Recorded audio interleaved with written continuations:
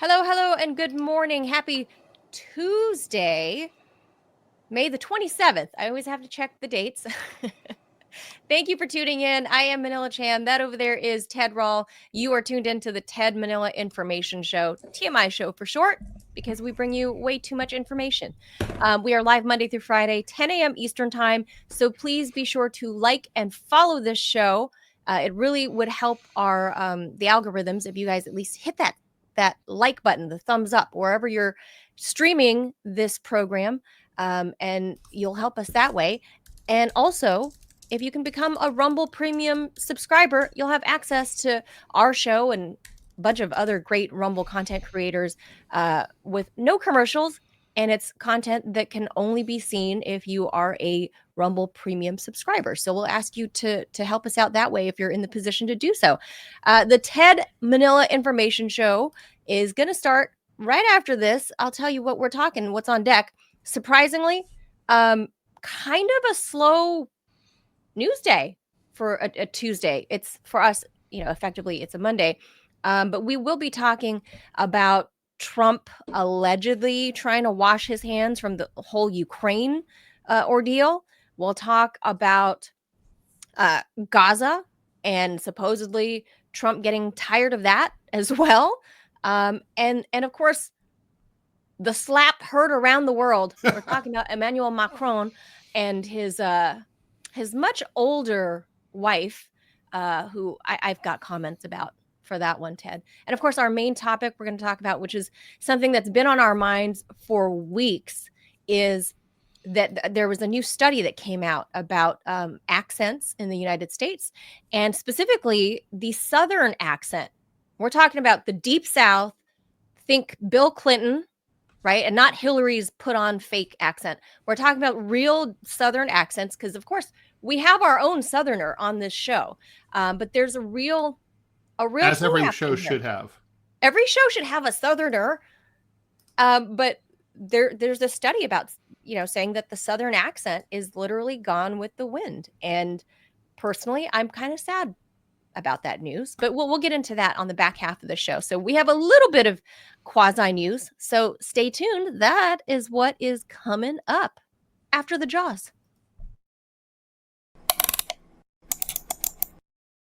Thanks, Manila. As Manila says, Donald Trump is kind of sick of trying to negotiate peace in Ukraine. Because after all, it's been months. So, the president's attention is wandering.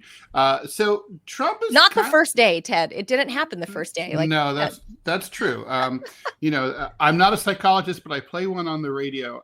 It does sound to me like this man is a classic case of ADHD. But anyway, he says that he's not satisfied with how fast things are moving. He, however, doesn't want to yield to pressure to impose more sanctions against Russia.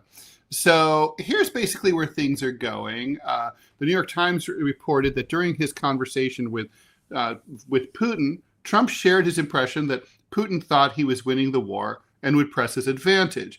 The officials who know about this also said Trump made clear he had no intention of putting pressure, much less harsh economic sanctions, on Russia.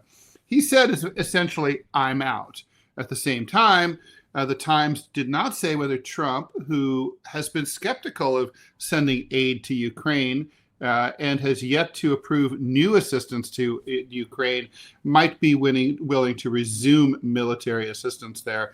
Trump, who described European conflict as Europe's war, said he was shocked by the Russians' unwillingness to change their key terms for resolving it. This, according to the New York Times. This story has a lot of the hallmarks of fake news, I will say, though. Russia has insisted that any sustainable peace has to include a neutrality of Ukraine.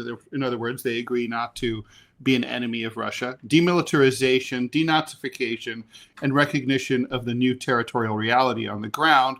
A separate report in the Journal, the Wall Street Journal, says that Trump is frustrated with the peace process, may walk away entirely. The Journal says that that actually Trump is thinking about new sanctions, although no decision's been made. This came after Trump got pissed off about Russia firing missiles and drones into Ukraine over the weekend. He said Trump has gone absolutely crazy, all caps crazy. Russia explained themselves by saying that those recent strikes, that Putin has gone crazy. And the Russians say that the reason that they did those strikes over the weekend was that they targeted Ukrainian military installations in retaliation for a spike in Ukrainian drone raids into Russian territory. Russian officials say that they're intercepting Russian UAVs, which are drones, almost unmanned aerial vehicles, almost every day, and that they've intercepted nearly 100 a day, saying that strikes are meant to derail the peace process. The Ukrainians are trying to derail the peace process. And so that's what they're doing here. I don't know, with Trump, there's always a lot more posturing than there is even with the average politician. So he has said very clear. I think it's pretty clear that he mostly blames the Ukrainians for provoking the war. But he also doesn't want this to go on. I think the one thing, he's mostly irritated by Ukraine, but I think he's a little frustrated with the Russians for not moving as quickly as he would like. He would like to put this behind him, move on to his next phase of his campaign for the Nobel Peace Prize, and it's just taking a little longer than he'd like. I think this is a resolvable thing. Given the fact that the U.S. holds all the cards. The Ukrainians can't keep fighting without continued U.S. support. So, even though if the Europeans step in, it wouldn't be nearly enough. So I think, basically in the end, Trump can just say to the Ukrainians, listen, here's the deal, sign here, shut the fuck up. But I don't know why he's reluctant to do that. I assume he's getting lots of pressure from deep staters, but I don't know. I don't know what's going on. So one of the things I noticed, and I think it's very notable, the mainstream media is going all out, showing this one little clip of Donald Trump saying, he's gone absolutely crazy. He's bonkers. He's nuts. But then there's a follow-up question that a separate reporter throws out at Trump and says, well, Mr. President, do you think this his, Putin's reaction had anything to do with the fact that there are reports coming in that as Putin was leaving Kursk, because remember this weekend, Vladimir Putin made a surprise visit to the Kursk Oblast, which they've recaptured and smooth things out there for the Russian side. Putin shows up and he leaves on his helicopter, and allegedly his chopper was met with some Ukrainian drones, which were then taken down. And she said, do you think it had anything to do with that? And Trump said, oh, I hadn't heard of that. But if that's what happened, then I guess that makes sense, or something to that effect, right? Mm-hmm. Plain spoken. So no media is showing that. I mean, it's incredibly hard to find that soundbite. I mean, if I find, I can dig it up, but now that I think of it, I I can dig it up. But that's effectively what he said on the tarmac, right here on this video, where he's on the tarmac in New Jersey, talking to the media, and he actually said that. He's like, oh, like he reacted like this was fresh news to him, and he said if that's what happened, then he gets why Vladimir Putin would lash out that way. But the funny thing to me was Donald Trump seems shocked that the Russians aren't changing their position on their demands for whatever concessions it is that they've demanded since 2022, Ted. The Russians aren't, like, they're not fucking around. They told the world from the get-go, this is the red line. Don't do this. Don't do it. Don't do it, for like 7 years and beyond. I mean, it's a lot longer, but they got real serious in the last couple of years before the SMO began. And they said, this is the red line. Do not do it. Well, the US went and did it in this proxy war. And then from the onset of the SMO, they outlined exactly what it was that they were aiming to achieve. And that hasn't changed in 3 years. Why is Donald Trump surprised by this? The only reason I can see Donald Trump being shocked at how stubborn the Russians are being is that he continually gets really bad intel from whatever neocon is chirping in his ear. Maybe, the Lindsey Graham types is the best I can guess. But nothing has changed, Ted. In 3 years, the Russians aren't like out there with new demands like, oh, now we want to go to Poland. Now we want to go, we want to go into Austria. Nothing has changed. There's nothing that's changed since March of 2022. Yeah, but you know what if Trump really is confused by the Russian posture, and I actually believe that he is, having, read everything there is to read about Donald Trump in preparation for writing my little biography of him, he's, he loves to wheel and deal. And his approach is always to make maximalist demands and then say, okay, and then settle for something less, right? By the way, I don't necessarily think he's wrong. That seems like a pretty effective method for negotiating in general. But that's his approach. And so, but, the Russians, they didn't do that here. And in fact, that's not really their culture. They literally just came to the table. It was kind of like the old ads for buying the Saturn. There's no negotiation for a Saturn. The price is the price. You pay the sticker price and you walk, and you either buy the car or you don't buy the car, but that's the price. It's like going into the Apple store. You can't negotiate for the computer. The laptop costs what it costs. So that's how it was for the Russians. They said, look, we have these 4 basic demands. These are them. They haven't changed throughout. And like now that the rubber's hitting the road in these peace negotiations, Trump's like, well, wait a minute, you were kind of kidding, right? It's like, no, we weren't kidding. This is what we've been saying all along. I think it's a cultural difference between someone who's basically says what they do what they say, and they mean what they mean what they say, and they say what they mean. That's Vladimir Putin, and someone like Trump, who that's not. And I don't mean to insult Trump here, but that's not really his method of negotiating, right? No, he negotiates like a New York real estate guy. I mean, it's the same as a car deal, barring the Saturn or barring like going to CarMax where there is no negotiation. It's a different kind of car dealership experience. But when you otherwise go into a car dealership, there's the sticker price, and that is like the starting point of the haggle, right? And the dealership is going to come back with, okay, here's the sticker price. Here's 60 months at $787.34. Oh, you want the monthly payment to go down? Okay, how about $694 for 72 months?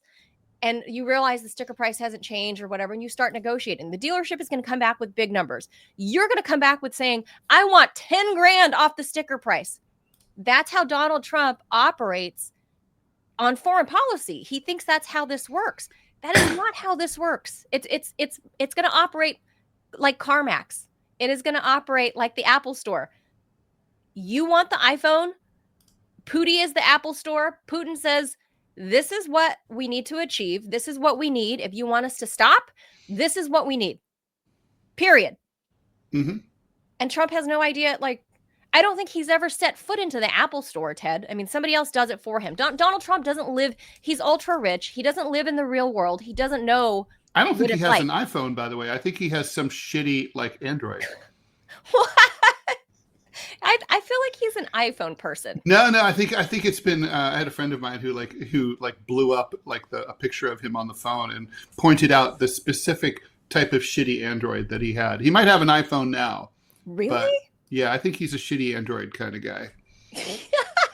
Well, either way, he's a rich. And by the way, for people who are listening, who do and watching, who do use Androids, yes, your phone sucks. Sorry.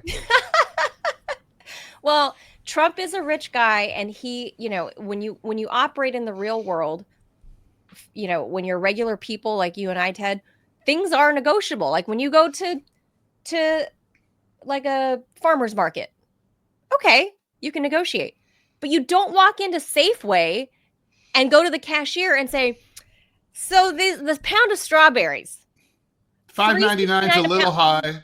Yeah, how about $2.99? Will you take $2.99? Like, you'll take it. And if you don't, a bunch of gangsters are going to come and just shoplift it for free. So you might as well sell them to me for $3.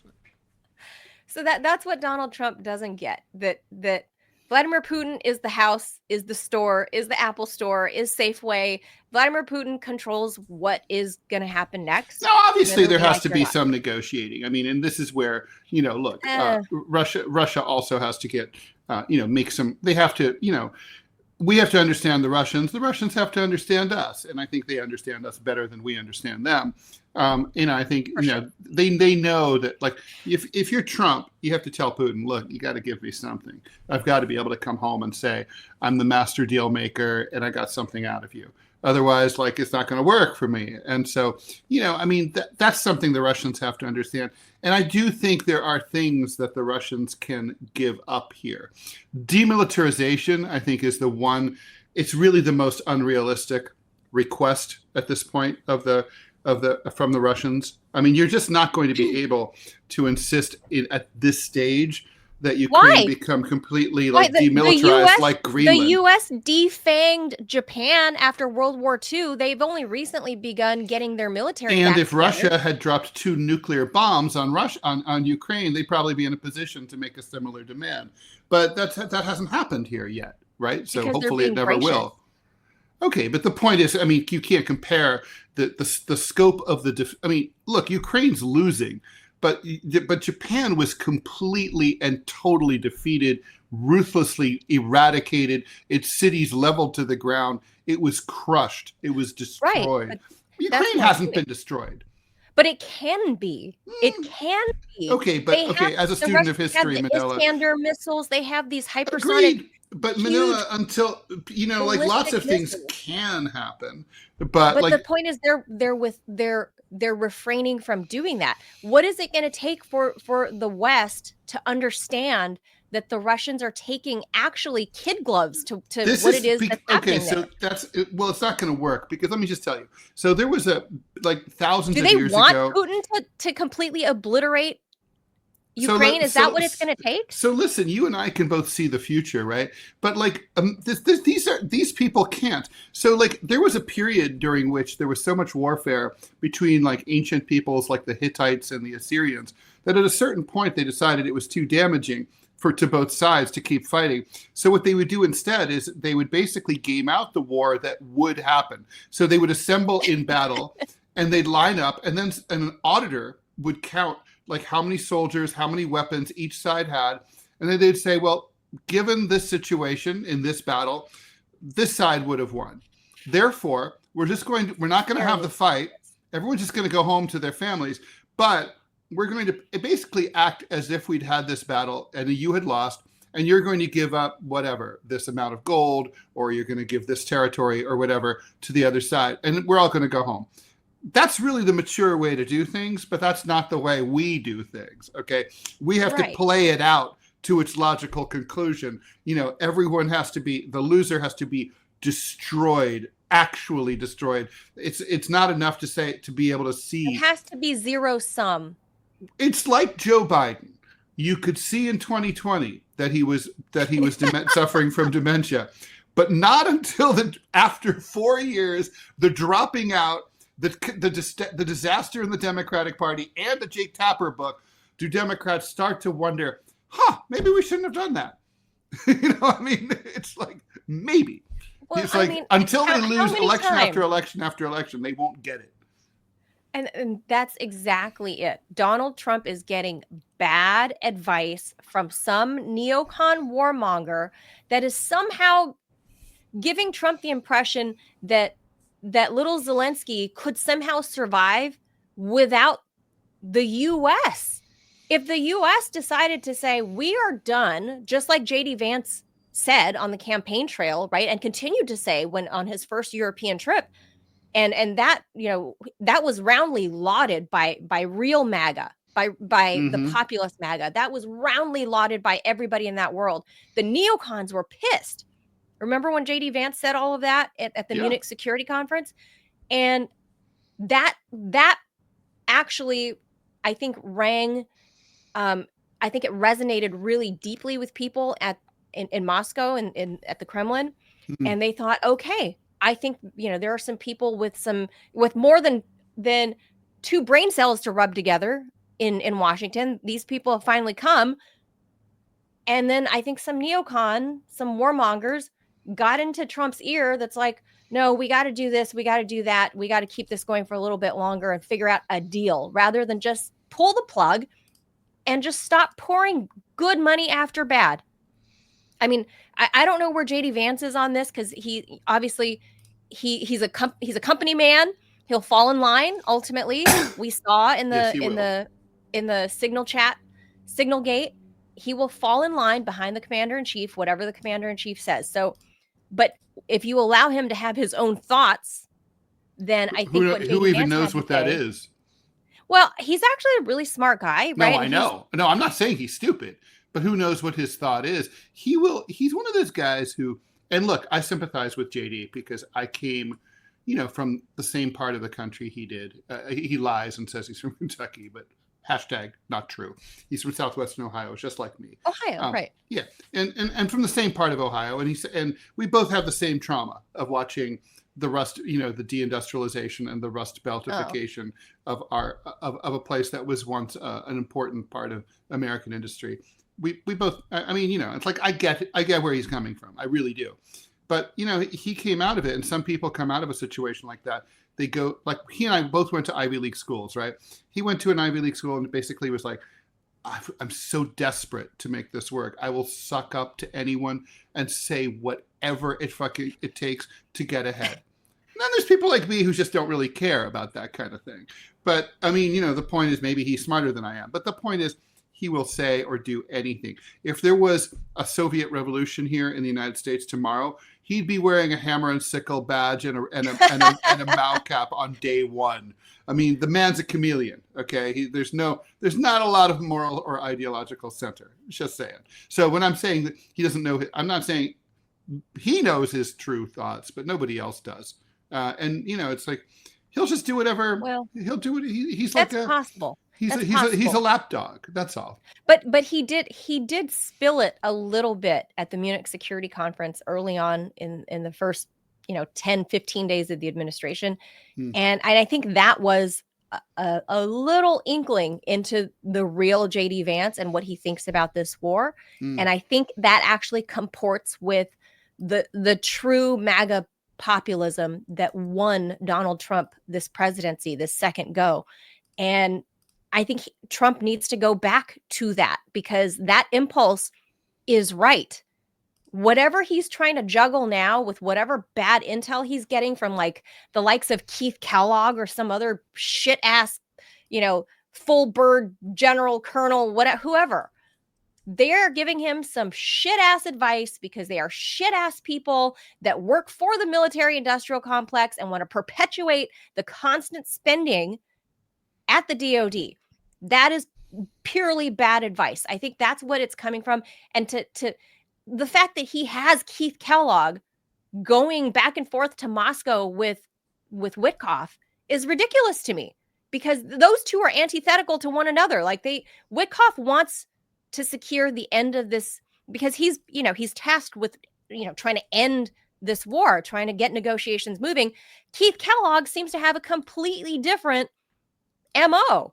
This guy, Kellogg, is part of the DOD and wants that constant grift to keep flowing to his friends at Raytheon, at Boeing, just at General Dynamics, for example, with all their drone technology and shit. That's where Keith Kellogg wants the war to go. He wants it to continue so his friends at those war-making companies continue to profit. So I think nothing wrong with someone that. else needs to get into his ear. I feel like JD Vance has been very quiet, and he needs to actually step in. He and Tulsi Gabbard. He needs to step in like on behalf of Donald Trump. I mean, Donald Trump has repeated his original sin of, appointing some douchebag neocons to his, yeah. Sure. So that, that's unfortunate. As they say, right? Personnel is policy, and it is. Yeah, it's a shame. Okay, then. All right. So let's keep going here. Through the war in Gaza has been going on for 18 months. And of course, Israel has been criticized by everyone, all sorts of foreign countries, aid groups, the International Criminal Court, and so on. There's even an arrest warrant for Benjamin Netanyahu. But it still was able to count on its closest allies like the US, the UK, and France. Things be starting to change. I guess it took long enough. Anyway, the US, the UK, and France are now more willing to place Israel under pressure. Israel, we've been talking to them. We want to see if we can stop that whole situation as quickly as possible. Trump told reporters in New Jersey before getting on board Air Force One. That's a big change for Trump when he's just only blamed Hamas rather than Israel for continuing the war. And he was always careful to be seen siding with Bibi. But this new change of heart followed the German government, which has always been a strong supporter of Israel. Don't get me started on the ironies here. Expressed unusually strong criticism of Israel's new attacks in Gaza. What the Israeli army is doing in the Gaza Strip right now, I honestly don't understand what the goal is in causing such suffering to the civilian population, said Friedrich Merz, new chancellor of Germany. Mr. Merz, that is the point, is to cause such suffering to the civilian population. Anyway, the German shift came days after a similar intervention from the new right-wing government of Italy, another ally of Israel that previously has always soft-pedaled criticism. Netanyahu must halt the raids on Gaza. That, according to Antonio Tajani, foreign minister of Italy, in an interview posted on his ministry's website. We need an immediate ceasefire and the release of hostages by Hamas, which must leave Gaza. In turn, those comments followed a coordinated effort by Britain, Canada, and France to criticize Israel's decision to go even deeper and harder in Gaza. In a joint statement, those three countries said that the expansion of the war was wholly disproportionate. all three countries warned of concrete repercussions of Israel if Israel doesn't change course. And by the way, Manila, I've been reading Haaretz and some other Israeli media. The Israelis are interpreting this as France, Canada, and Britain as being countries that are now possibly going to think about imposing sanctions against Israel. And I don't know if that's overreading into what they're saying, but that's how the Israelis are interpreting it. I've read similar reports that the Euros, in a strange about face, if it happens, of course, if it happens, might do that as a like no one's up until this point, and still even at this point, nobody has done anything to really stop Benjamin Netanyahu and his disgusting far right plans for genocide and just taking over the entire Gaza Strip. He has voiced exactly that. And somehow the Europeans are just covering their ears and going la la la la la. Mm-hmm. But suddenly now I'm curious about the timing. Why instantly this Memorial weekend that you have the new chancellor in Germany, Friedrich Merz, suddenly saying, "Oh, this is bad." That's never happened.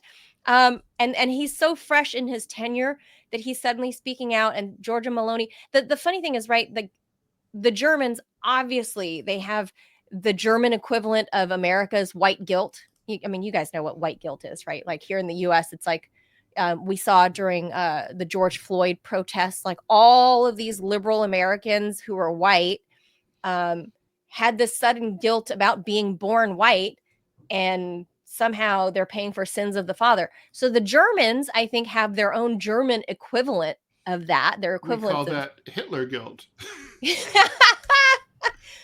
But I mean, technically he was Austrian, so should they? Yeah, but they took him in as if he were their own son. Maybe. So they have a little bit of their Hitler guilt. So richly when it comes deserved, to, I might add, like, I get it. I get that, right? But at this point, that's fine if you want to have Hitler guilt towards Jews, then do really wonderful things to the Jewish German community, right? Like, do something great to help them. It doesn't mean you should give the Israelis a free pass to do whatever the hell they want in Gaza. That's two different things. The Germans have no control over what's happening in Gaza. If you want to be nice to Jews, be nice to the Jews in your country. Do something great with the Jews in your country, in Germany. The least you can do is tell Bibi Netanyahu that, hey man, this isn't cool. I mean, at least say that much. And they really, up until right now, they literally haven't even done that, to be like, Bibi, you've killed a lot of people. When is enough enough? They haven't done that until right now. They have the power. They can, they do a lot of business. The Germans do a lot of business with a lot of Israeli companies, especially the tech companies. There are a lot of sanctions you can apply. The US does too, obviously. But the Germans have a lot in the way of business dealings that they can apply pressure on Jerusalem. And they just haven't. Same as the US. We just haven't. We do a lot of business with those tech companies. If you want to start somewhere, start there. Hit them in the pocket. Well, I mean, yeah, that's for sure right. I mean, I guess the question is, this seems to me like it's a change of policy that's just beginning, right? Isn't that the way it strikes you? It's not like, I feel like it's not like, okay, we have officially decided to distance ourselves from the Israelis. We won't have anything more to do with them. This is not that. This is more like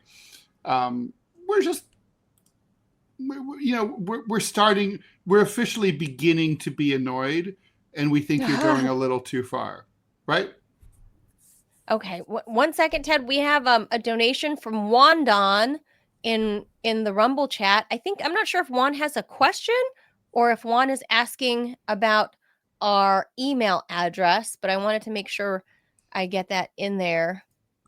Thank Juan, you, if you're Wandon. looking, Much appreciated. thank you for the donation. If you're looking for the email address, there it is.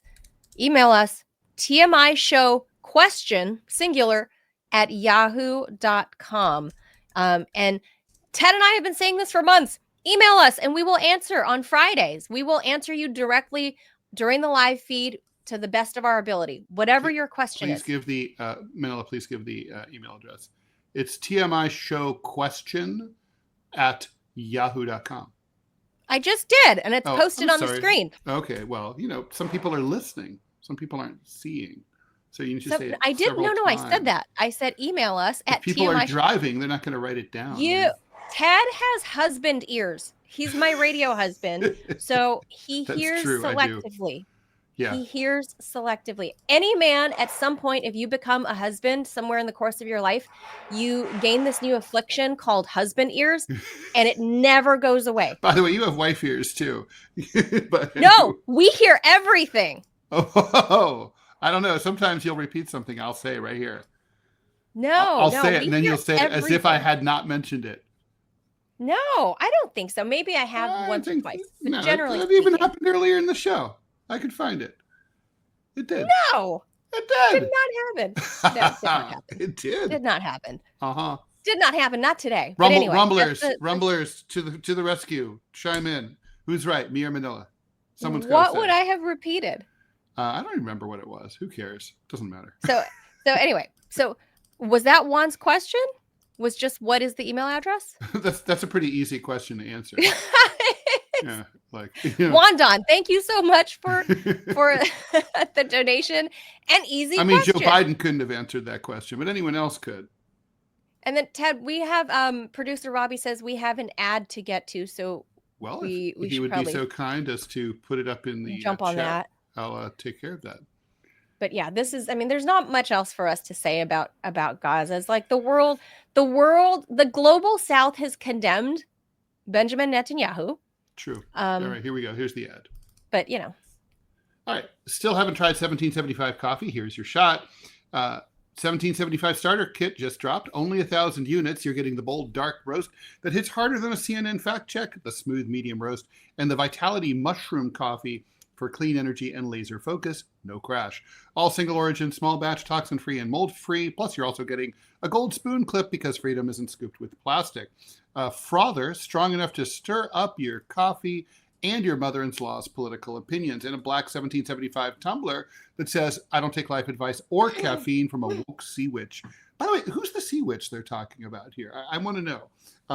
Is it Hillary? Is it anyway? A $170 worth of coffee and gear, yours for $99.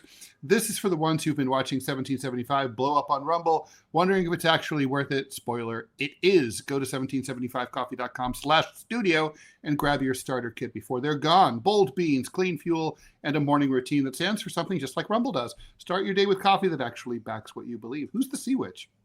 Ted, it's a reference to the Starbucks cup lady. Oh, I'm so dumb. Ted, I thought you're a cartoonist. I thought she was a mermaid, but she's kind of a mermaid. It could be a sea witch, like a sea hag, like in Popeye. That's right. So that's who they're referencing. Or like in Zoolander, a merman. Yeah, it's the woke. Father, I don't know. I'm a merman. I'm not a mermaid. Well, speaking of hags, Ted. Speaking of hags. Oh my God. Oh my God is right. Okay.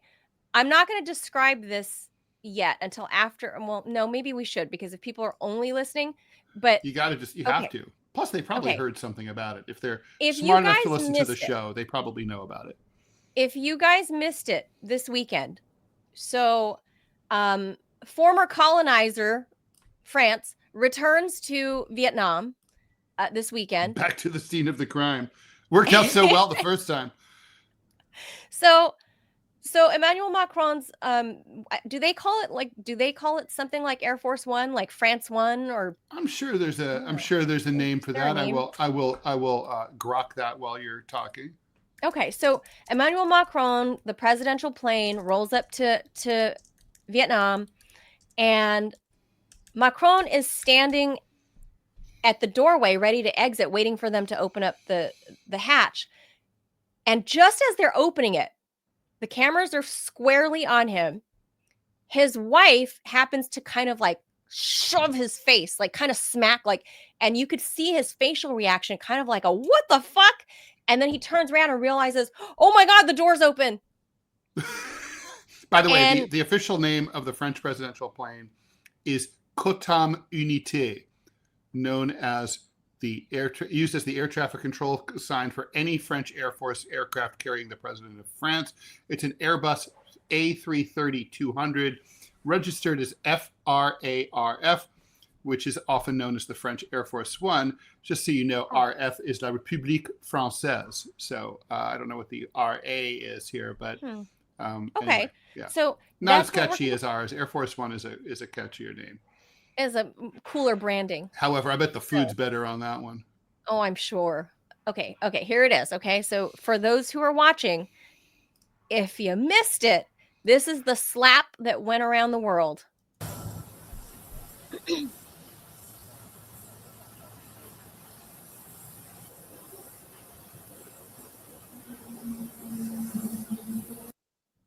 Mm-hmm. Yep, there it is. And look at his face. He's stunned. Wow. Huh?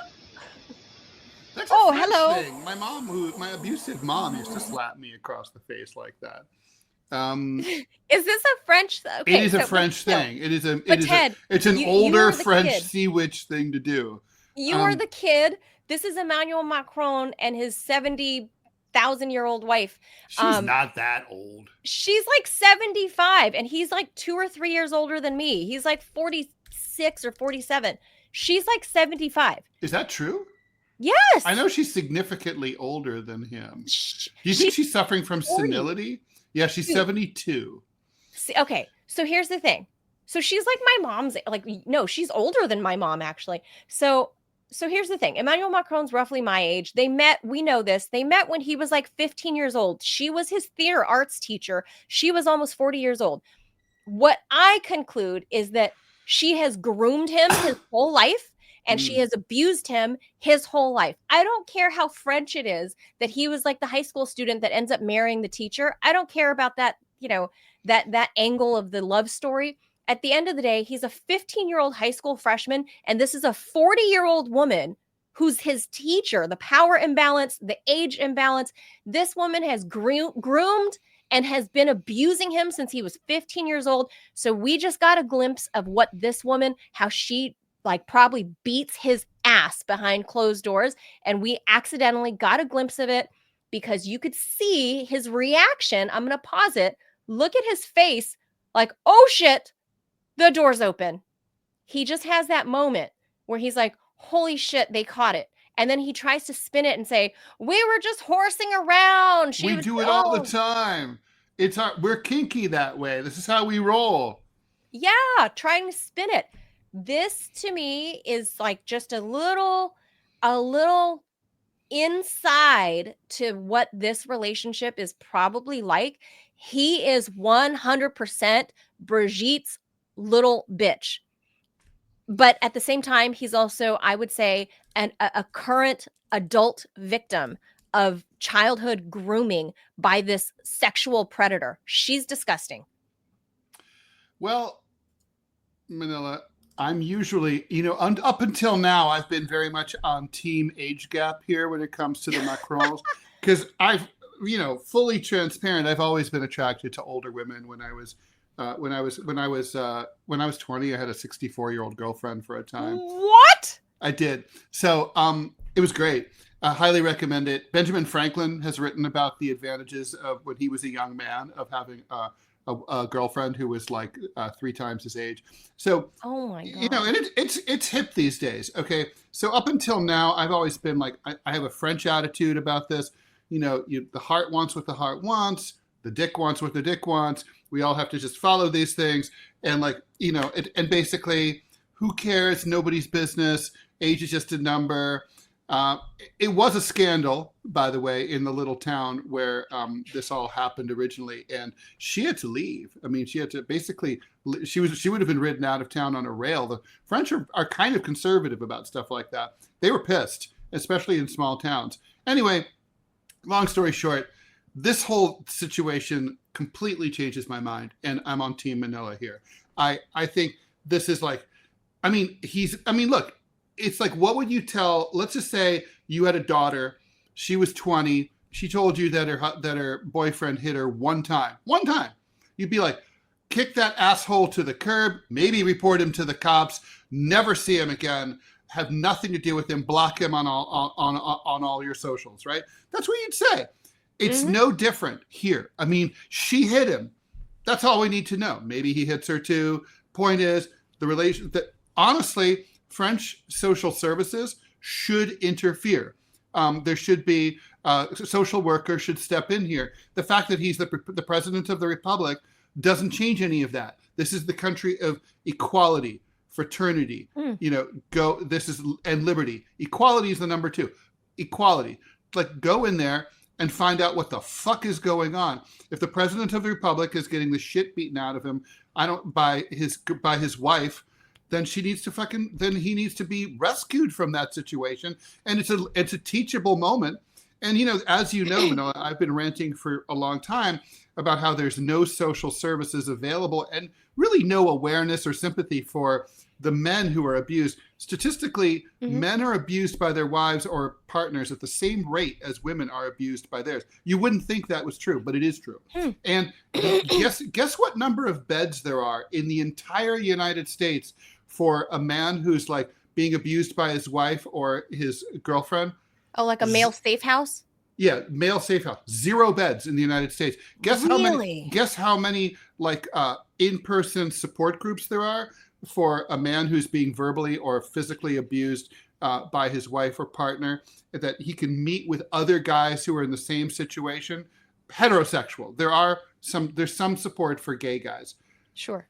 Nothing, none, nowhere. Really? You could be like, oh, well, there's one in Seattle. I'll fly there. No, there isn't a single one. There's like there's some online websites. Blow me. There's no support at all. That's shocking. And I really was hoping that the Amber Heard Johnny Depp situation would have helped to bring some awareness to this huge societal problem.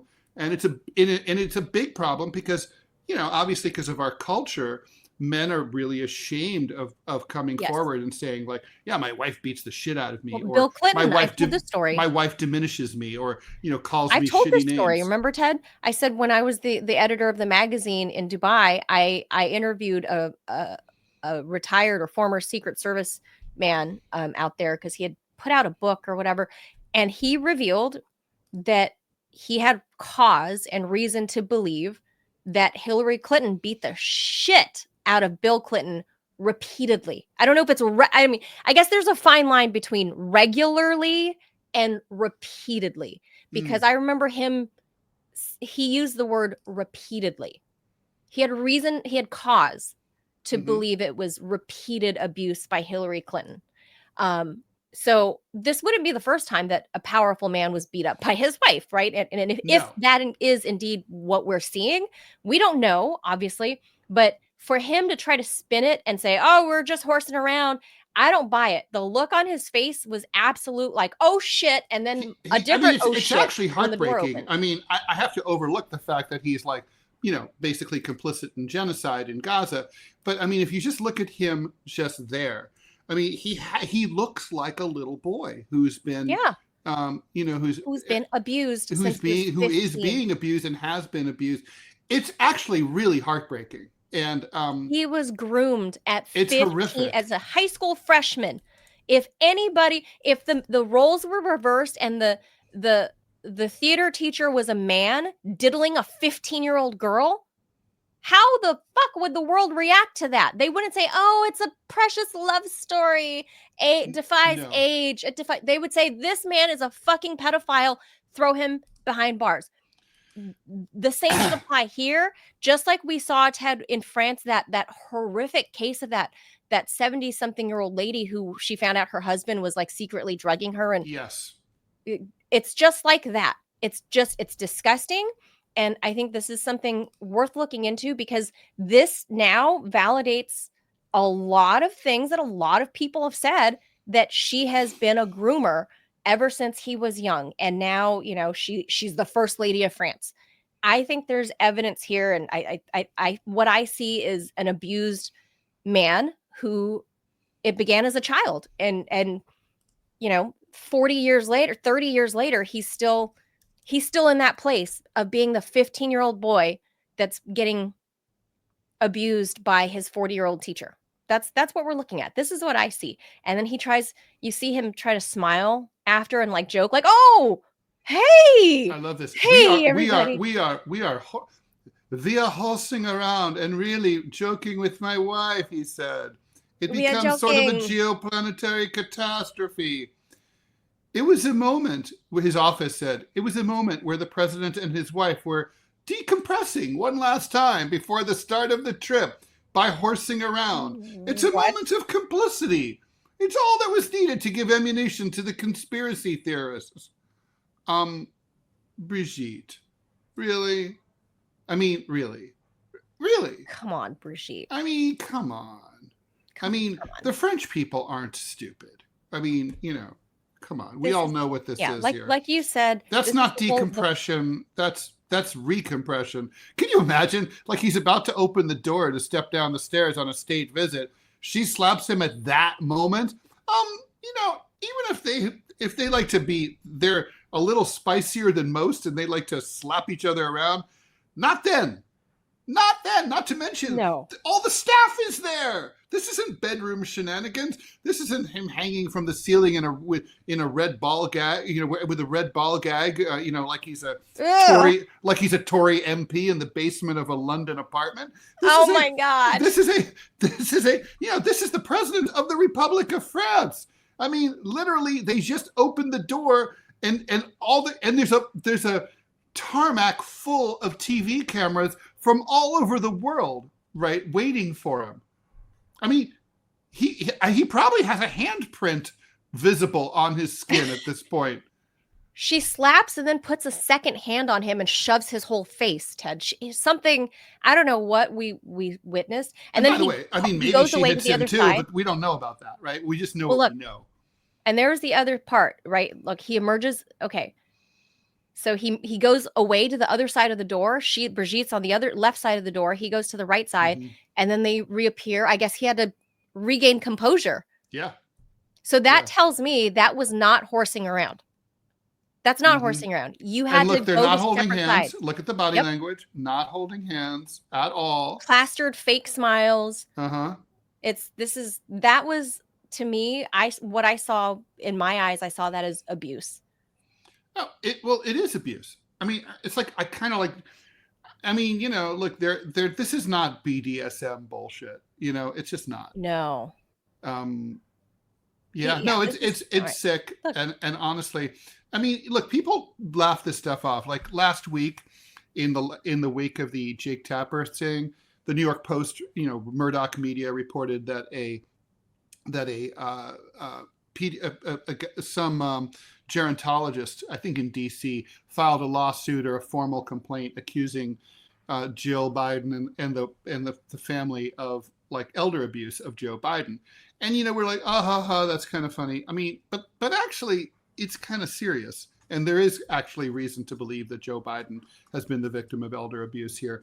And similarly, just because you're on top of the world, you're the president of one of the most important countries in the world, does not mean that like you can't be personally victimized. Yeah. And it's kind of amazing. It's just like, they're all just fucking people, Yeah, that's exactly right. And I remember, and it always stayed with me, that Secret Service man interview I did, almost 20 years ago at this point. It always stuck with me, and it gave me a different perspective about what the position of power actually looked like, gender imbalances, power imbalances. That interview was really eye-opening to me. And And it always stayed with me. And now seeing this, I heard that interview in my head all over again, all those years ago from, doing this interview in the Middle East, and it stuck. So All right. I think that's what we're looking at. Anyway, We should we're move going on. over. We have Yep. producer Robbie, who's going to be serving as our We gotta- guest here. Yes, but I'm going to play, instead of us introducing it, I'm going to let the Today Show introduce it. All right. Are we going to be okay copyright wise? I hope so. Robbie says no. Don't do it. It's a news segment. Yeah, but it's the Today Show. He says no. Okay. Don't do it. Don't do it. Okay, Ted, you introduce it then. Okay, so I'll just read this, but basically, the broader sense here is that we all know that there's regional accents in the United States, right? There's Cajun accent in Louisiana. There's the Mainer accent that Stephen King's made famous. There's the Valley Girl accent in Southern California from your old neck of the woods. Like, oh my God. There's here in the New York area, which I'm very familiar with because I've lived here most of my life.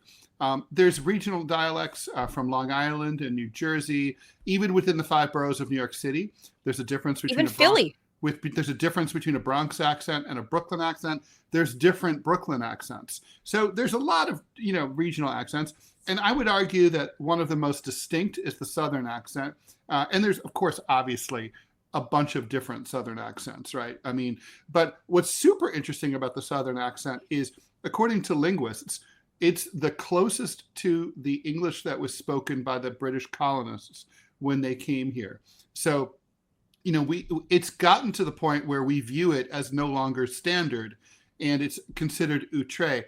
Dan Rather had a very New York accent when he was a young broadcaster on local television in New York. So he was sent out to Eastern Ohio, which, according to Strunk and White, has standard American English, or at least was considered at that time to have standard American English, to learn the quote unquote generic American voice that I am more or less have that voice, but it's a little inflected with some Pennsylvania because I've lived in New York for so long.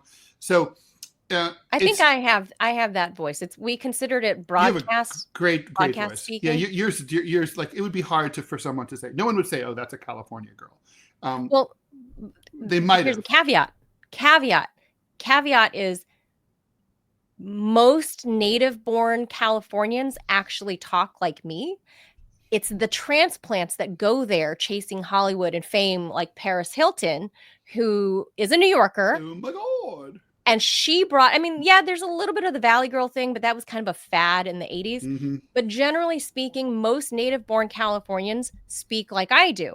And sure, there are other little, pockets of people. California is a big state. But there's a whole, hillbilly part of California. There's vernacular, little people differences. From Fresno, they're pretty hillbilly. There are minor differences, but the a lot of Dust Bowl people there. My cadence and my generally the way I speak, most Californians kind of speak this way.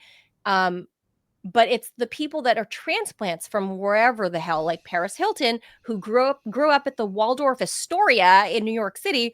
She somehow picked up, she brought with her this rich, ultra rich, like the voice crackle, and they talk like this. Yeah, it's that breathy accent that you have to mostly go back to 1950s and 60s movies to see people talking that way. My agent is very old, and she still sounds like that. She's like got the grande dame kind of. It's great. Anyway, the point. So basically everything is becoming standardized and homogenized in American culture. And so let's anyway, get Robbie up here. Let's get Robbie up here. So basically, there's increasingly homogenous. For example, even spelling wasn't completely standardized. For example, there were until the 1990s, there were 2 acceptable spellings of judgment, right? One with 1 e, one with 2 e's, and that's no longer true. Computers and spell check have helped to homogenize all of that kind of stuff. Like really, if you look at books from 100 years ago, and newspapers, there's significant spelling variations. So the country, as it's become, as with the growth of the internet and of course, obviously, television and radio. We've been increasingly tied together. And, I think it's obvious that if you're growing up in a place where you have a certain accent and you watch national television, you watch TV, you watch the movies, you don't hear your accent, people talking like you very much. You're going to some of you will start to think, oh, maybe I should copy that quote unquote like national or official thing. But we do lose something in that, right? Like, so let me go through sort of the stuff here. So this study that you're referring to, Manila, was a study of Southern dialects among Black people in Atlanta. Atlanta is a very Black city, not universally. There's a lot of white people there too, but it's a very Black city. It's kind of like the capital. It's very Hispanic now. I have to go there with my mother-in-law lives in Atlanta, and so you could turn on the radio stations and like every 1 out of 3 is playing Spanish music, and it's a very Spanish city now. Super interesting, because I don't think most people who don't go there are very aware of that. So anyway, according to the study, during the Great Migration, which ran from 1910 to 1970, Southern Blacks moved to northern cities like here in New York, Detroit, Chicago, and so on. Their grandkids and great-grandkids have now moved back to places like Atlanta. They're more likely to be college educated and, of course, to have an inflection of Northern accents. Researchers find that Southern accents around Blacks dropped off with Gen Z, which is people born roughly between 1997 and 2012, according to this new study. And basically, about 5.8 million people have moved into the South from the North in the 2020s. It's a country of 330 million people, bear that in mind, but that's still significant. And so it dilutes the regional accents. And this is sort of the classic Southern drawl, particularly in Atlanta, is starting to go away. Younger people are adapting what they call a pan-regional accent, which is sort of like a California accent that was first noticed in the 1980s. So, for example, in Georgia, the Southern in words like beat, like but, has largely faded among younger speakers and with flatter pronunciations. And like I said, more interconnectedness, homogenization, education, social mobility. It's also true that there are negative stereotypes about Southern accents. I remember one time when I was working in banking, we worked with a bunch of lawyers from all over the country, and my boss and I were making fun of this Southern lawyer that we dealt with. And I said, and finally one day I was adding up all his bills, and I said, that guy, how we always make fun of that guy from the South? And he's like, yeah. I go, he's fucking us. We think he's stupid, and he's billing us more than everyone else. We're the idiots. He's playing us, and he's taking advantage of our bias because we are underestimating his intelligence. So but that bias is for real. Yeah. So it's Robbie's nodding along. Yeah. So anyway, so the question here is, I mean, obviously there's not much we can do about it. These are demographic changes. What are we losing, if anything, from if the Southern accent and like these other regional dialects, like, were to go away entirely? Would it really much matter? Or, I mean, or really, who cares if everyone who speaks American English pretty much sounds the same? I mean, Robbie, look on the screen. You see that there. Yep. The stars and bars. You were very vocal about the statues coming down in the South. That was all representative of the South, and it's all coming down. Yeah. Well, I mean, once you start tearing down the monuments and erasing the history, and then you start making the stereotypes, I mean, it does have an impact. It does. There's a reason why, like, even like the Bible talks about the importance of monuments, called about raising an Ebenezer. An Ebenezer is a monument. Remember the monuments from the old days. You remember where you come from. You remember who and what you are. And once that gets erased, all of a sudden the entire idea about what of collectivism, that you are a part of a greater whole, gets erased. And so at that point, what happens? It's kind of like what we talked about before. What makes an American? Who the hell knows anymore? We have hyphenated Americans. Well, but what about the argument that, like, in terms of collectivity, though, it's if we're all like a bunch of regional subcultures, then we don't have a one unified national culture. I mean, that's been a concern that's been vocalized far more openly in France, which we were just talking about. France has ethnic minorities that actually speak completely different languages. Like Provençal is not a dialect of French; it's its own language. Basque is not a dialect; it's its own language. In fact, it's the only member of its own linguistic group. Breton, same thing. And so is Cajun. The French government, ever since Napoleon, has tried to have radical centralization, and they've ruthlessly tried to crush these subcultures. They banned their ethnic uniforms and costumes. They banned the speaking of these languages. My mom talked about how if you spoke Breton in public school, she would be beaten by her teacher. Things have reversed a little bit. Yeah, it sounds very Ukrainian, doesn't it? Like if you're speaking Russian in Ukraine, it's like that. It's exactly like that. Yeah. And in all the former Soviet republics, like in Kazakhstan, it's like, oh, they don't want you to speak Russian. They want you to speak Kazakh. Right. So, I mean, I guess the thing is I understand both arguments personally. I tend to always favor letting people do what they want to do, not telling people what to do. But, I mean, does it matter? I mean, I think the idea was, shouldn't we all be Americans, and shouldn't Americans all kind of sound and look the same, or maybe not look the same, but that's how the country. Well, that's how the country was founded, and that's a very modern idea. Kind of like how you and Manila were talking about this whole idea of total victory and completely annihilating an opponent in a war. That's a very new, a very American approach to warfare, especially in regards to Europe.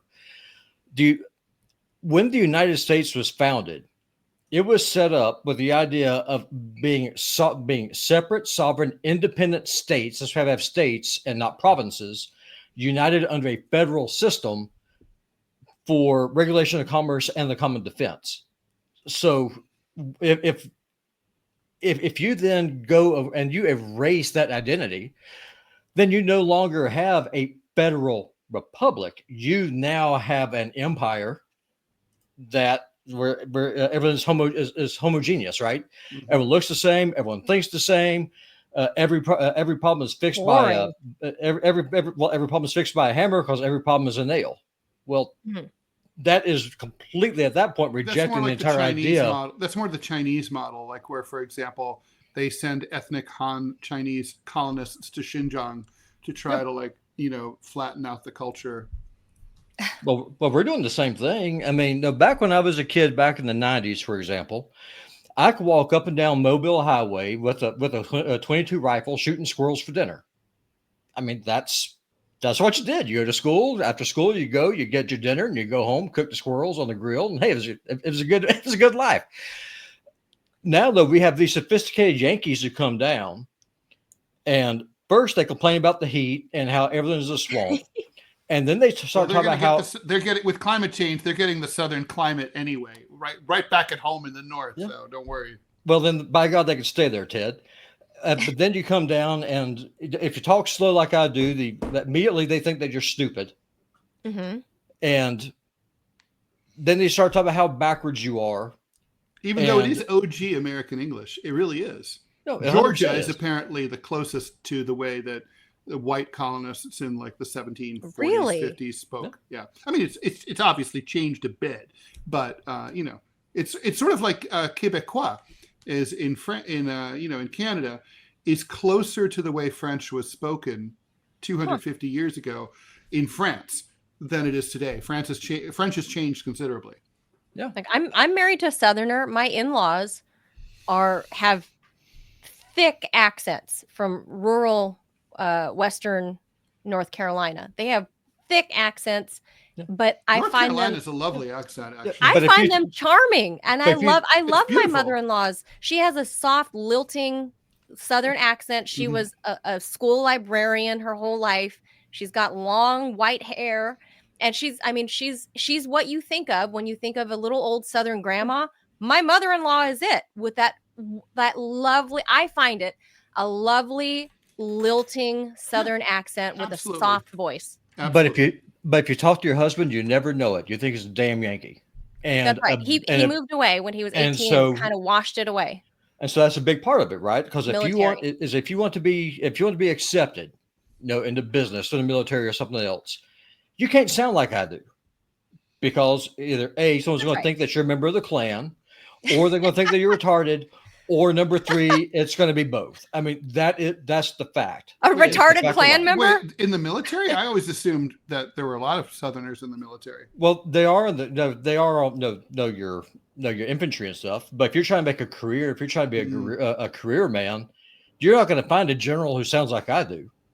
I mean, let's be honest. You might find some dude wearing a dress, but you're going to find some guy who sounds like I do. I mean, And that's true. If you look at like Mattis and all those guys, they don't talk. No, with that's an true. accent. No, and that's why. And so, I mean, for example, I've had lots of people who come up to me and say, Robbie, you talk really slow. I said, that's true, but I think really fast. And so that tends to help kind of balance things out.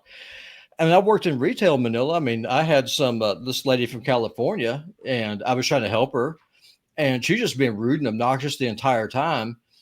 And I said something to her, and she said, well, sir, you have to understand, I come from someplace that has culture. I said, well, ma'am, I do too. I mean, so we had sushi 300 years ago. We just always called it bait. So, I mean, it is what it is.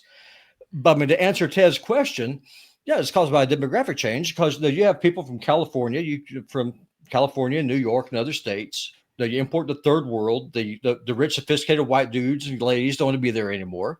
So the whole white flight phenomenon kicks in. So where are you going to go? You're going to go to the South. And the problem is, you're going to take that same elitist, liberal, open borders, just elitist crap. You're going to bring those politics with you to the place in which you're fleeing to then try and make it an image from where it is that you left.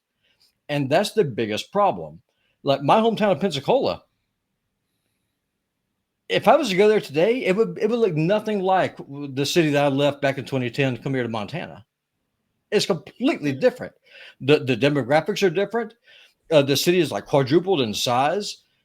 And you showed the picture earlier of the guy waving the Confederate flag.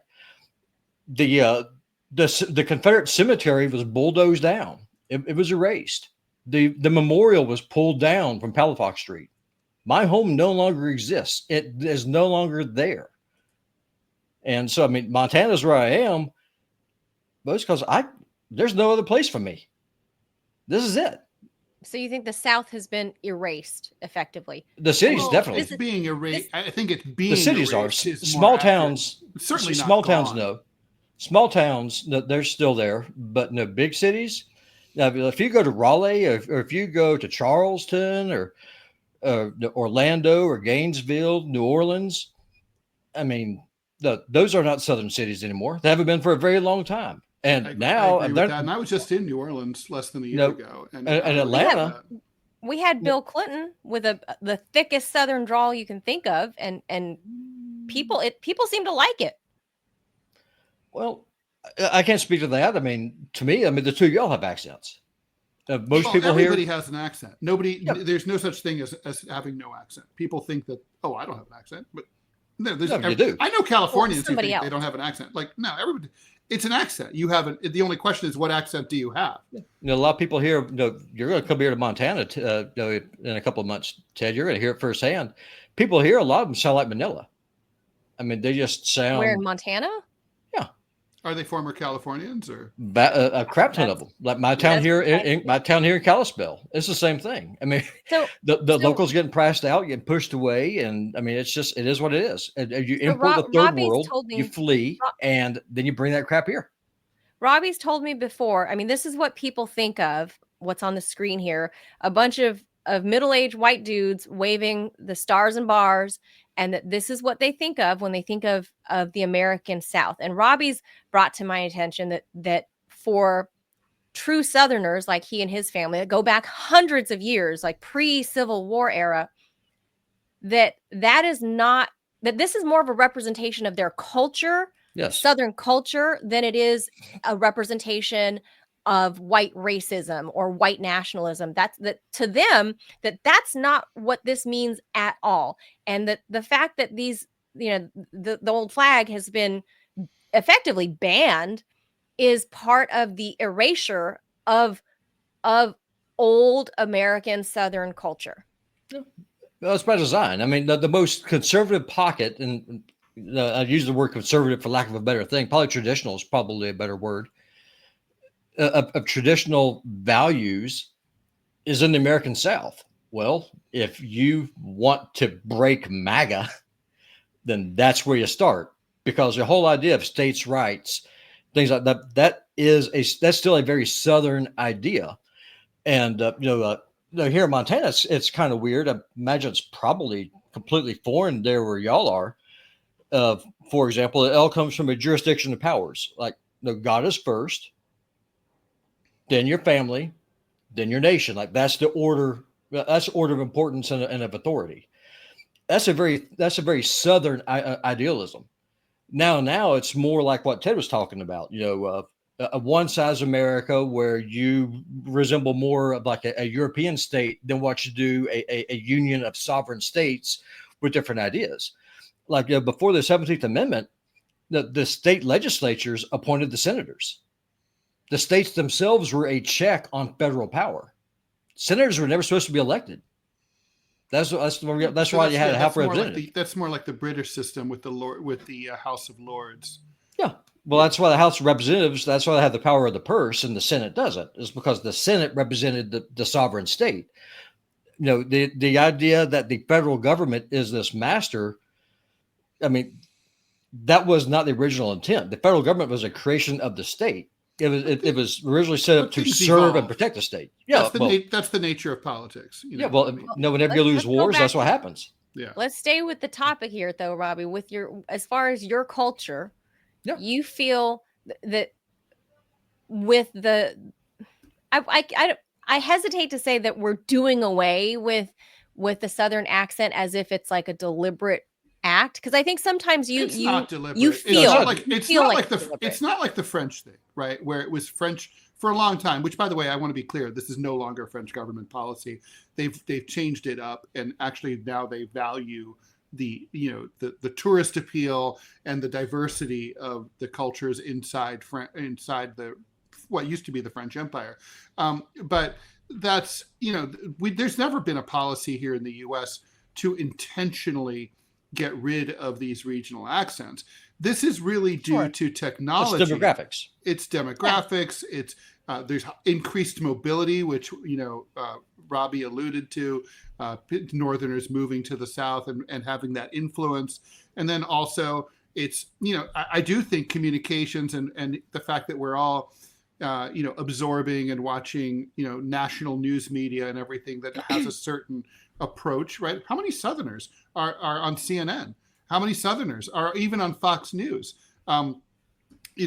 Very few. How many, and I mean outside of the context of as much as I hate Lindsey Graham, he does have the accent, so sure. I mean, but that's because he represents a Southern state. But I mean, in terms of just someone who's like a national person. You mentioned Bill Clinton. Bill Clinton's pretty unusual, and actually he doesn't have a very thick Southern accent anymore. Really? I don't think so. Not really. So I don't know. I mean, but I think it's cool if you're only listening and you're not watching. The video that Manila is running here shows all the food stuff.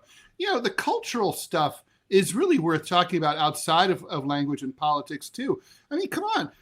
What would America be without Cajun cooking or Tex-Mex or all these other regional foods that are so awesome? Sure. Cheese curd from Wisconsin, chili from southwestern Ohio.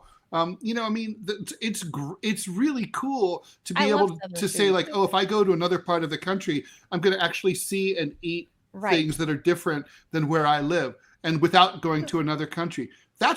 It encourages tourism domestically. Ted, it's good for the economy. It's a great thing. George Carlin said, and this was in the late 90s or early 2000s, in one of his stand-up acts, he talks about the strip malling of the United States. Yeah. And everything is getting torn down to become one same strip mall. Yeah, You're always going to have McDonald's everywhere. There's there's always a McDonald's. There's always a Starbucks. There's always a Dunkin'. It's the same thing over and over and over. What we're looking at here is somebody's video blog of traveling homogenization is truly a blight I think that's And horrible. I think it's a horrible thing. And I love the South. I love the food. I personally think the culture, and some I people love might the argue food. me and say that there is no culture in the South, but I would argue there is, Nah. that's distinctly different than what I witnessed growing up in Ah, California. there's great music. Are you I love it. kidding? Yeah, Yeah. are you kidding? Rock and roll and all that stuff came out of the South. So for people that, for as many, as Robbie says, as many Yankees who hate Southerners, we got a lot of what's mainstream American culture from the South. Well, And I really hope that it doesn't go away, like these regional accents. And I'm going to pose a question to you guys, and then we should probably get close to winding down. but Let just me pose this one question. quick thing, Manila. It's not that we think that ever hated. Is that a lot of people who go down to the South think that we're backwards. Yeah, we looked So- down so- upon, not hated, So looked down yeah, upon. so they look down Sure. on you as if you are, as if you're some panhandler out there on the street. So no, to use a Southernism, bless your little heart. Let me show you a better way. I mean, that's what it is. Right. Mhm. Now, as I talk about food, there's nothing more Southern than black-eyed peas. Back before the war, Northern aggression, black-eyed peas were only fed to livestock because they weren't considered to be fit for human consumption. The whole reason why people eat black-eyed peas now is that when Sherman went through and destroyed South Carolina and Georgia, they burned all the food, they burned all the crops, burned all the homes. Wow. But they did not burn black-eyed peas because they thought it was only good for livestock. Well, so to stave off starvation, start boiling black-eyed peas, start eating them. That's why black-eyed peas are a Southern staple on New Year's, because Wow. it's a promise for another day. Have another year that the Lord gave us something that we can survive, not starve to death, because this blood-sucking bastard just genocided a quarter of the country. So that's our black-eyed peas. Hurrah! Here's my question to you boys. And obviously we're the three of us are from three very different places across this gigantic country that we call the United States. So where I'm from in SoCal in Los Angeles, I grew up in a school where it celebrated like mostly Mexicans where I was. So it was primarily, if we're doing anything Hispanic or Latin American, it was specific to like Mexican themed days, right? And Cinco de cultural Mayo, all that heritage. stuff, yeah. Yeah, the cultural heritage thing. And if it was Asian, it was primarily Chinese, because we have a huge, well, not huge, not relative to New York, but we have a huge Chinese population in Southern California, right? So there are parades for the, for these particular cultures. There are special things that are done, at shops, at restaurants, or whatever, that celebrate these cultures. And there are schools that are set up so kids can learn Spanish and kids can learn Chinese. So my question is, why haven't Southerners, like true Southerners like Robbie, why hasn't something been set up to preserve your original culture? And I feel like if y'all did, and I do that on purpose, obviously, if y'all did, then it would somehow come off as a white racist thing.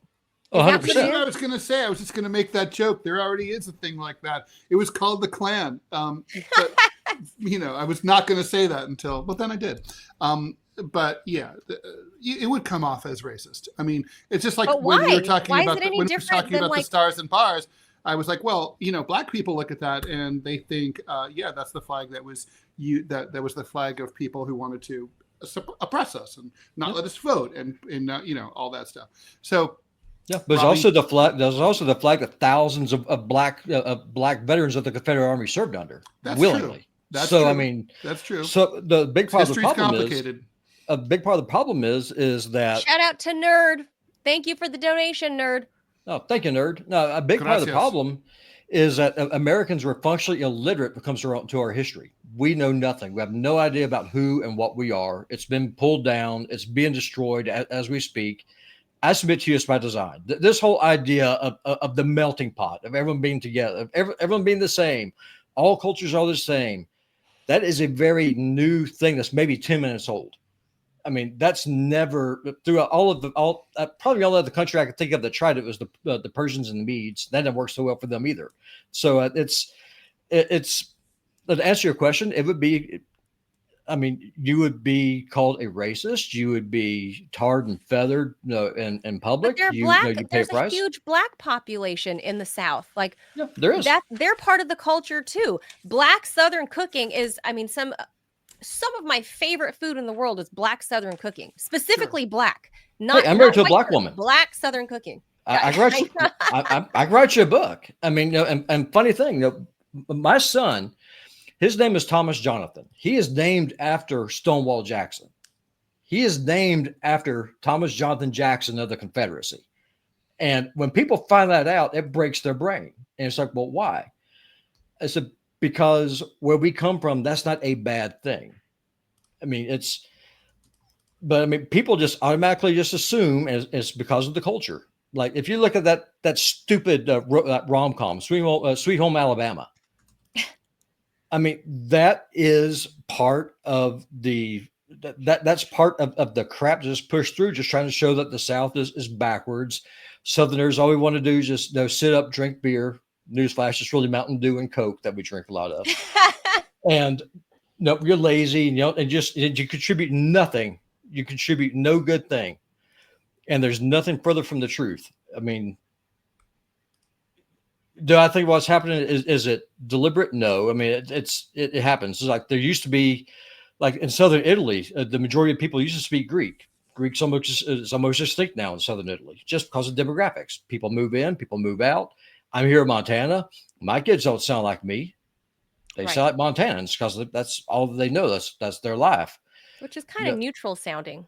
Yeah. I mean, no, here, for example, if you go to the store, I get a buggy to go grocery shopping. And my wife's like, buggy. I think the British say that. And she's like, do you mean a cart? I said, no, I mean a buggy. I said what I meant. I mean, you can take a Southerner out of the South, but you can't take the South out of the Southerner. And see, that's the British, and that's the British influence I'm talking about. British, I mean, yeah. The British influence on Southern American English is massive, and I don't think a lot of people are aware of that. No, yeah, the big thing. I've got friends. Go ahead, Robbie. Finish your thought. No, just the big thing is is it going to change? Is the Southern accent ever going to completely die? No, because you have small towns and stuff where people are going to quote Obama. You have those bitter clingers. We're going to keep our accents. We're going to keep our Bibles. We're going to keep our guns. If you don't like it, they'll shoot you. Just don't come here. God, guns, and gays. That's what it is. But in the big cities, yeah, it's gone. The South that I grew up in is dead.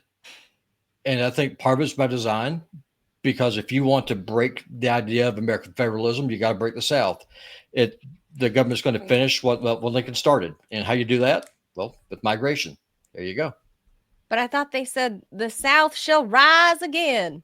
No, it will when things fall apart, because ultimately the people who have the most guns and how to use them typically win fights. But until you get to that point, and I hope that we frankly never get there, because that terrifies me. We've thought about that before.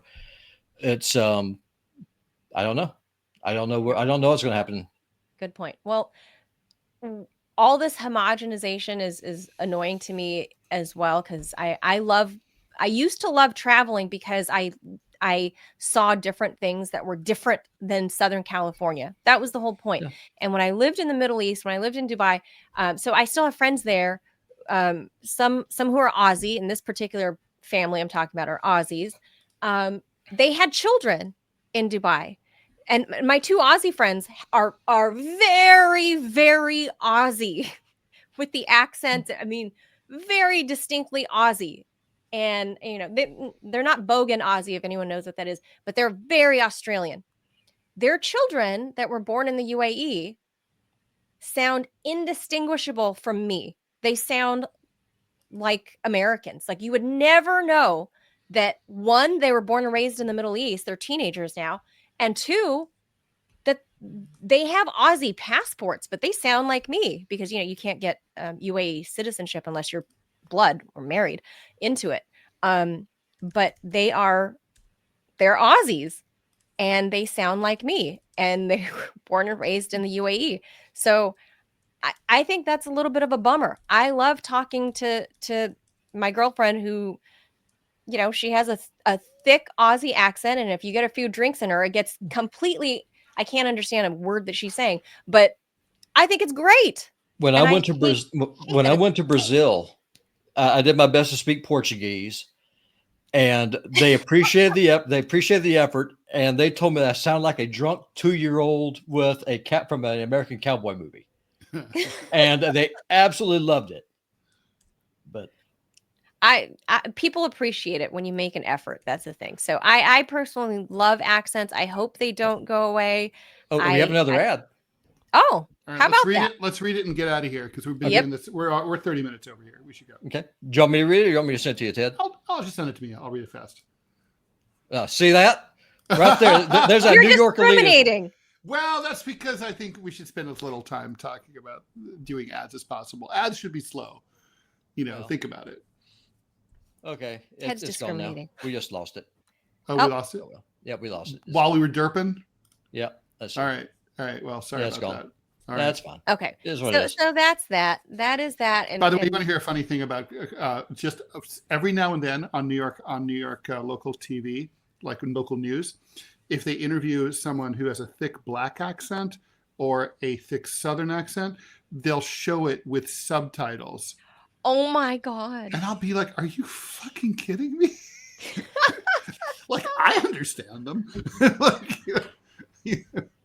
Well, the first time that me and VK talked to each other, we had to talk to each other about 4 or 5 minutes trying to figure out what the hell we were saying because our accents are so different. I kid you not. Used to, yeah. Well, because he has that he speaks English with an Indian accent. yeah. Well, Very charming also. well, no, I speak English with a very Southern accent, and so we could not understand each other at all. And of course, also the hilarious. Indians, they have in their English, they have some vocabulary that we don't have. Like, for It's example, Britishisms. But not even there's stuff that's specifically India. Like, for example, of course they have internalized racism, right? So about like that they've discriminated against the darker Indians. So I can't. She's dusky, you know, as opposed to I prefer a girl who's fair. And it's like dusky. I never heard that term. Or like, we had a gala time. It's like, you know, Instead of a grand? it's explanatory. It's self-explanatory, but it's like, I mean, it's great, but it's like different. Okay. You know? Yeah. Yeah. I love it. Wherever they're from, whatever their accents, I love it. Then there's weird shit about like the money, like a crore. Like, oh, I spent that house cost 15 crore, and you're like, what? So there's it's like a grouping for the amount. I think it's forgot what it 10,000 is. rupees or 100, Yeah, something like that. Anyway, I don't remember. Yeah. But Lao language has that too, where I'm like, what? Well, it would I be don't like, know well, it's many- the equivalent of grand, right? If you're a foreigner, Right. even if you learn English, you're like, what do you mean that house costs 100 grand? 10 What grand, does that 100 mean? grand. Yeah. Right. Yeah, that's a good point. But that's the only thing I think. But anyway, yeah, I think I love that we should learn. I think we should all learn other people's isms, but not try to change them. And if anything, like try to embrace it when you go. I love it. Difference, I always say, really. That's right. Yeah. All right. There's All our right. email up there again. TMI Show question at yahoo.com. We're expecting a different kind of conversation on Friday, but we'll try to answer your email. Please subscribe. Hit subscribe, the like, the follow, all of that. Share we'll be back us. tomorrow. Share us also. Please do share us. We'll be back tomorrow, 10 a.m. Eastern. Thank you guys. The whole show is here to say goodbye. Adios, amigos. Bye, What y'all. do you say, Robbie? Bye, y'all. Bye. Bye, y'all.